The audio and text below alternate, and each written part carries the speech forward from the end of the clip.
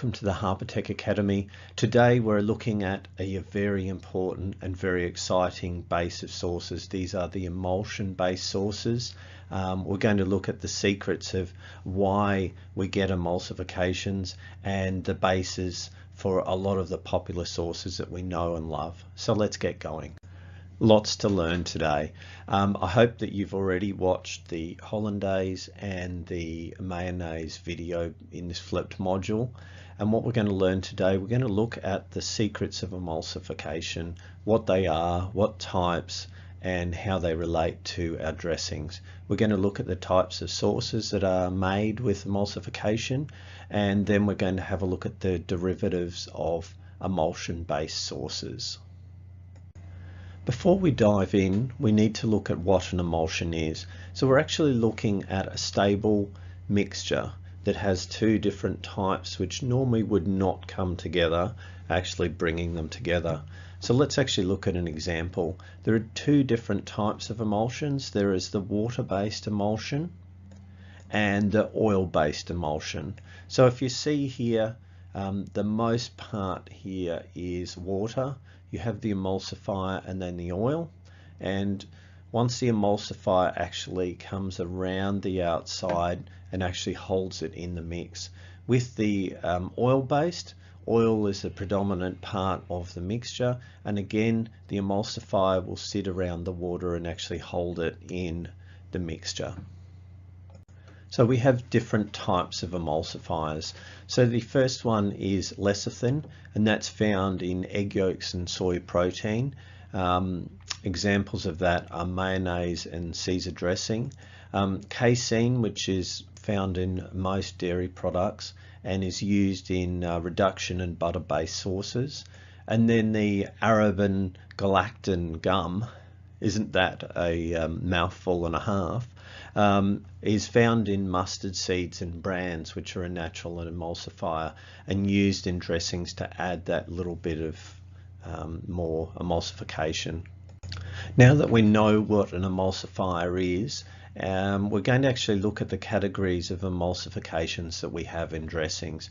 One, we have the temporary, generally unstable. Oil and vinaigrettes are a good example of shaking them up. They'll come together and then they split again.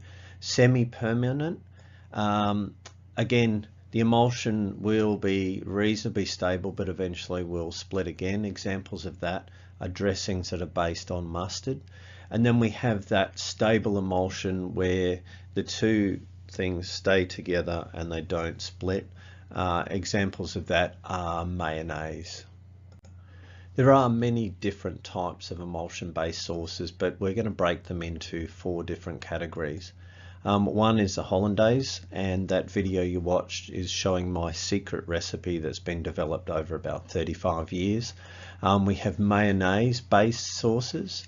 We have salad dressings of a whole range of different things that we're going to do in class. And finally, we have the butter-based and reduction-based sauces. Remember from the first sauces module, we talked about derivatives as being those add-ins or adding in extra flavor to change the sauce. So we're looking at mayonnaise first. The different types of mayonnaise. You can have tartare sauce, you can have sauce verte, which is in herbs, remoulade, which basically has anchovies and mustard in it, and aioli, which is a garlic-based sauce. Next one, Hollandaise. There are actually quite a few. Béarnaise with adding in tarragon. We have Maltaise, where you add in a reduction of orange juice, really yummy. Chiron is tomato concasse added in, and Gimrod is a combination of herbs that are chopped in there to give it extra flavor. Then salad dressings, and there are so many. You would know vinaigrettes very well.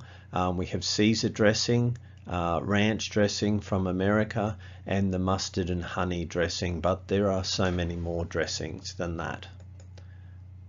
The butter based with reduction style with Beurre Blanc. We have the white wine butter sauce, reduction of red wine for a red wine butter sauce, and we have the compound butters, which are actually Our garlic butter is a good one, where we actually add the flavors of garlic and parsley and then spread that across another medium and bake. I hope that you've enjoyed emulsion-based sauces. As you can probably see, there are many different types. They are an absolute must for base sauces in a kitchen, and you've learnt about what emulsifiers are, how they're actually found, different types of dressings. And thank you for watching, and I'll see you next time at the Harper Tech Academy.